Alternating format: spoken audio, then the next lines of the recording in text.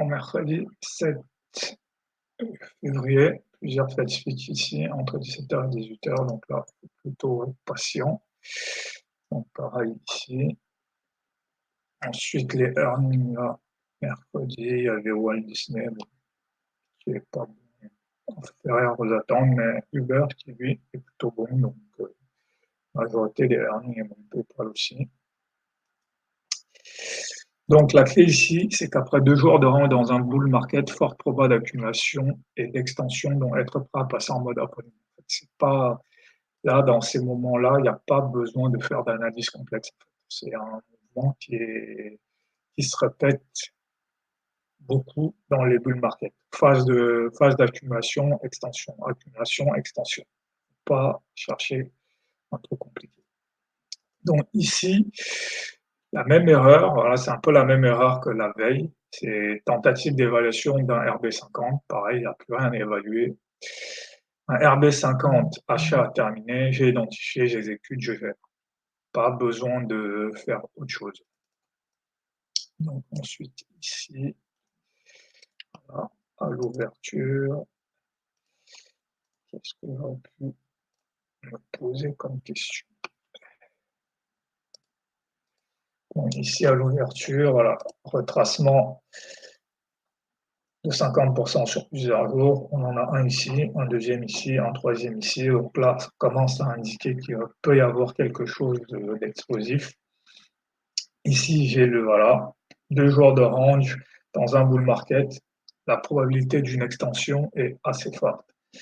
Donc là, par ici à l'open, j'aurais vendu ici. Pourquoi? Parce que open sur AJP, retest AJP, c'est un truc qui est connu.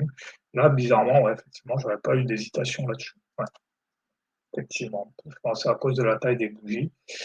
Là, j'aurais dû racheter, je dirais par bon sens en fait. Parce que là, j'ai pas un signal clair, mais c'est quand même du bon sens de dire que là, on va la target ça aurait pu être une extension, voilà, une forme d'extension de ce range en fait.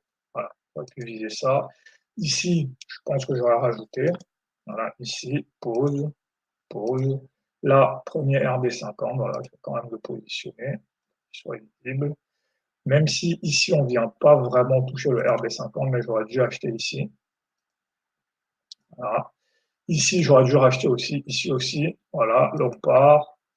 Là, on revient éventuellement si j'avais avancé mon SL. Normalement, ce que j'aurais normalement pas dû faire, mon SL aurait dû rester ici. Donc si je me mets ici, plus bas, 83, plus bas ici. Donc là, mon SL aurait même pas sauté. Donc voilà. Donc ici, j'aurais même pu rentrer ici, mais j'aurais dû rentrer ici, ici. Voilà, c'est un RB50 double bottom, donc je n'aurais pas dû avoir d'hésitation. Je commence à hésiter ici. Pourquoi? Parce qu'on est en price discovery, parce que les bougies sont faibles. Et voilà, c'est d'où le rappel qui est le signal est connu, le signal a été évalué. Une fois qu'il est identifié, donc les critères sont remplis, il y a eu une poussée haussière, il y a eu un retest. J'ai une grille de hausse qui est en train de se valider. Il n'y a pas de réflexion, donc j'aurais même pu racheter ici, ici et ici. Donc voilà, ensuite là, ça continue. Ici, j'aurais même pu racheter aussi ici à 19h45. Pourquoi? Parce que là, c'est le plus haut, le dernier plus haut qui se met à servir de support en fait. Donc là aussi, c'est un signal de continuation de la hausse. Donc voilà. Et là, bon, ça continue pas, mais ça, c'est pas ça qui est important. Ce qui est important, c'est que j'ai eu un signal ici, j'ai eu même 2 signaux. J'ai eu un premier ici à 17h30, RB50 double bottom. J'aurais dû rentrer au moins avec 3 positions pour continuer. Et ici, j'aurais pu avancer mon SL ici. Et voilà. Donc c'est juste là, il n'y a rien de pareil, rien de compliqué. Les signaux de cette journée, c'était assez clair.